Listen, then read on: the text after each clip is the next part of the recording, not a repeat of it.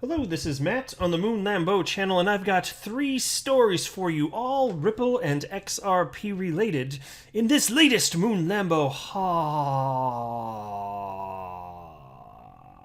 Jam. And I'll start with this one.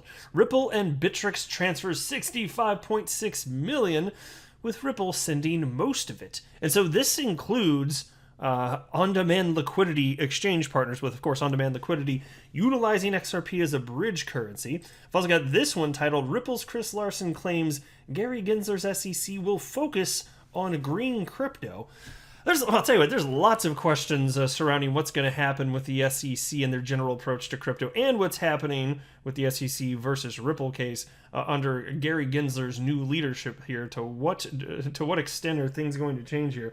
And I will say this, even at the outset of the video, as far as it pertains to the case of SEC versus Ripple, I think a huge factor is whether or not any figurative skeletons in the closet come out when Ripple gets to dig into internal communications from the SEC and their determination of how they came about deciding that Bitcoin and Ethereum not securities, and then as a result, obviously, see if that's at odds against any of the logical faculties employed to determine whether or not XRP is a security, because there could be seriously some big conflicting thought processes and patterns in place there. So that will be interesting to see right there. That's something that could kill the case if there is something there, though.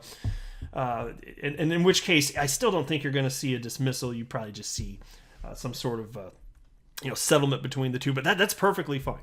I understand SEC wants to save face. I think Ripple's going to get that too. And so there we are. And then there's this story from AB Crypto. Here's how much XRP former Ripple CTO has, excuse me, after another dumping spree. Now, you do get headlines like this from AB Crypto from time to time, designed to sound negative. Dumping spree. Oh my gosh, all the time. There's so much of the dumping of the XRP on all the plebs out there that are holding the XRP. Oh my god. That's what they sound like. But I do want to clear at the outset, I do not have a financial background of any kind. I am not offering financial advice. And you should not buy or sell anything because of anything that I say, all right. I'm just an enthusiast making YouTube videos all up on the internets. That's all that's going on. It's nothing fancy. I'm a dude named Moon Lambeau. Think about that. Even if I were offering advice, would you want to take it from a guy on the internet named Moon Lambeau who may or may not be wearing pants? Just saying, guys. Your call. Your call, holy man. All right. So anyway, San Francisco-based blockchain giant Ripple has performed several major XRP transactions in the last 20 hours, sending XRP to the largest Chinese exchange, Huobi, and its on-demand liquidity platform in Mexico, crypto trading platform Bitso, which also spreads on-demand liquidity in Latin America and is the biggest crypto exchange in the region. Now, so here's something that's interesting, because unfortunately, we don't know what the hell is going on with on-demand liquidity. I haven't seen any specifics from Ripple. They're staying kind of tight-lipped on this. But Bitso is Ripple's largest, most important on-demand liquidity partner today. And that's where most of the flows via on-demand liquidity had been flowing, mostly from Bitstamp, which I know I guess their main headquarters, it's overseas, relative to where I'm in the United States, mind you. But they have a United States location, and so most of the flows from the United States to Mexico, that was the corridor. That's who was participating in the corridor, was Bitstamp and Bitso. And so it is good to see that there's still money shuffling from Ripple and Bitso, so the partnership clearly is alive. I just don't have clarity on what it looks like, given what's happened with the halting of trading of XRP in the United States on almost every freaking exchange, including Bitstamp. So if you guys ever find anything, let me know. I'd be happy to highlight it on the channel and, of course, give you a credit. But it just leaves me wondering. Suffice to say, though, we already know that on-demand liquidity on the whole, it is still growing. It's just not growing in the United States. Really, any corridor that touches the United States, it's done. Which is kind of a problem, because the two primary corridors that were getting usage, there was into the Philippines and then into Mexico. I don't even know what the hell that looks like. So in terms of actual usage, that's a problem. But in terms of adoption outside of the United States, that's not as much of a problem here. Into the next piece now. Ripple's Chris Larsen claims Gary Gensler's SEC will focus on green crypto. The co-founder of Ripple hopes that the U.S. Securities and Exchange Commission's climate change agenda could be a positive development for his company. Think about that, though. Why do you think they're talking about this? Well, I mean, there are a number of reasons, but if you just think about comparisons between Bitcoin and XRP specifically, I mean, from a technological perspective, there basically is no comparison, But anyway, he recently told Bloomberg that the agency would start prioritizing green crypto on Gary Gensler's watch. And here's a quote. Commissioner Gensler is very knowledgeable about the space, and again, I think part of this administration will be a lot more climate focused, so kind of focusing on green crypto, if you will. And so it'll be interesting to see to what degree that's true. And I'm not going to delve into the climate stuff. This is, that gets too hot in terms of political ideology, this and that, which nobody's coming here for Moon Lambo political commentary. Like that's no. So don't worry, I'm never going to preach to you guys about like politics or religion or anything like that. I'm only going to talk about anything touching anything politically related insofar as it is going to have a play in terms of what's happening with XRP specifically, or maybe the broader crypto market. That's as close as I'm ever going to get to touching that stuff here. But if this is the route that people are going to keep going, Bitcoin is going to have, at least from a narrative perspective, quite an uphill battle. In terms of actual adoption, people seem to not give a flying F word. Look at I censored myself because there could be children's in the background. You are welcome out there, parents. So that will be a narrative problem, undoubtedly. I don't know how you're going to overcome that outside of every single bit of mining activity coming from some sort of renewable resource. And even then, it's still like kind of ridiculous to waste that type of energy. But hey, okay. But anyway, so Ripple, which was taken to court by the SEC in December over its unregistered XRP sales, has long been vocal about the controversial token being an inherently green currency.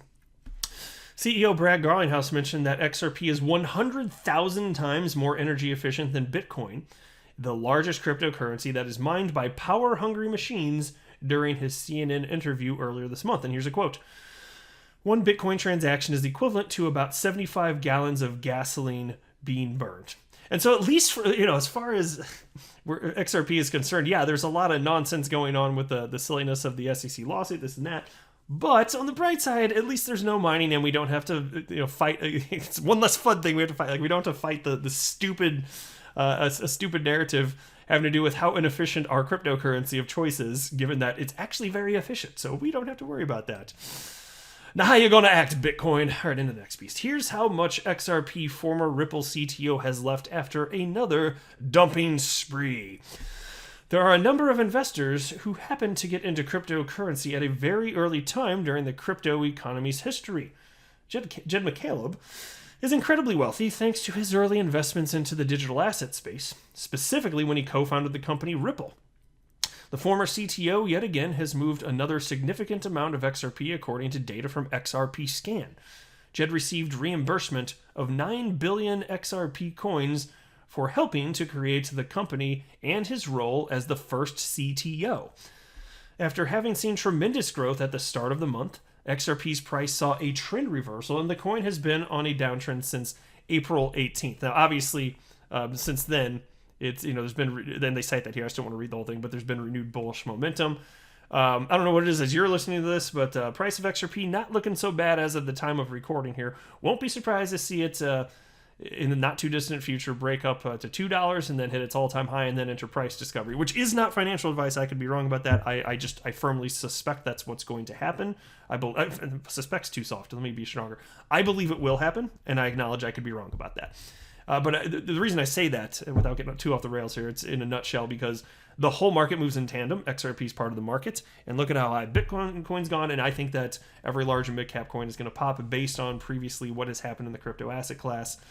This market rhymes. Whether you think it makes logical sense or not, it rhymes. It just does. It rhymes with itself. So what happened last time, I think it's going to happen this time. But anyway, according to data from XRP Scan over the past 10 days, co-founder of Ripple, Jed McCaleb, dumped 202 million XRP from his taco stand wallet, which, another side note, is the best name for a wallet that there ever could be. Anyway, which was named and activated when McCaleb was still working with Ripple. The aforementioned transaction mainly comprised of, I'll just round it here. Actually, they're missing a comma, so that would have been 225 million XRP over 6 transactions. But as I always say, and it's so damn true, these crypto media outlets, it just, gosh bless their little hearts here, but they're created by a bunch of C students, clearly. It's like you just type something up, oh, I'm typing up on my keyboard, and then you just upload it to the Webernets for everybody to see without checking your work for factual accuracy, grammar mistakes, sentence flows, run-on sentences, all that stuff. You don't got to worry about that. If you're writing for crypto media, just type it up and don't check your work and upload it, and then you'll get paid. Yay! That's exactly what happens here. It's like, look, you can see mistakes in mainstream media too, but you don't see them, not like this, nearly as frequently as you do in the world of crypto, which I just get a kick out of. So I'm just gonna call it out when I see it anyway. So anyway. The remaining balance in Jed's wallet amounted to over 2 billion XRP. So he's still got quite a bit left, but good news is it's not going to be around for long in all likelihood. And I don't say that because I believe that Jed McCaleb is suppressing globally the price of XRP. I do not believe that. I think that that is provably false. I've torn that argument to shreds many times on this channel, so I'd prefer not to in this video. I'm kind of tired of it a little bit. I'll do it as it pops up when necessary. I'm gonna try to resist the urge to fight it again this video. No promises. I'm really gonna try hard though. All right. XRP enthusiast and blockchain researcher Leonidas monitored McCaleb's previous XRP sales and had tweeted about the dumps regularly on various occasions. What was distinctive to the researcher was McCaleb's sales, which are happening in smaller amounts. As he stated in his tweet, McCaleb is selling 22.6 million XRP on a daily basis rather than 40 plus million. On the contrary, he remained critical of the ex-Ripple CTO's holdings and further added, quote, McCaleb's XRP riches may dry up by August or September of this year. So I want that to happen so we can stop talking about this. That would be absolutely fantastic. But in the meantime, it's constantly in the news. So I'm thankful that I at least have the platform that I have so I can rip that bogus narrative to shreds of Jed McCaleb globally suppressing the price of XRP. It's complete nonsense. And I actually even recently highlighted, for those of you that missed it, I highlighted an instance of I think it was 12.5 million XRP dumped on an exchange, and it was Jed McCaleb, and pretty much instantly the price of XRP on that exchange dipped by 1.5 cents.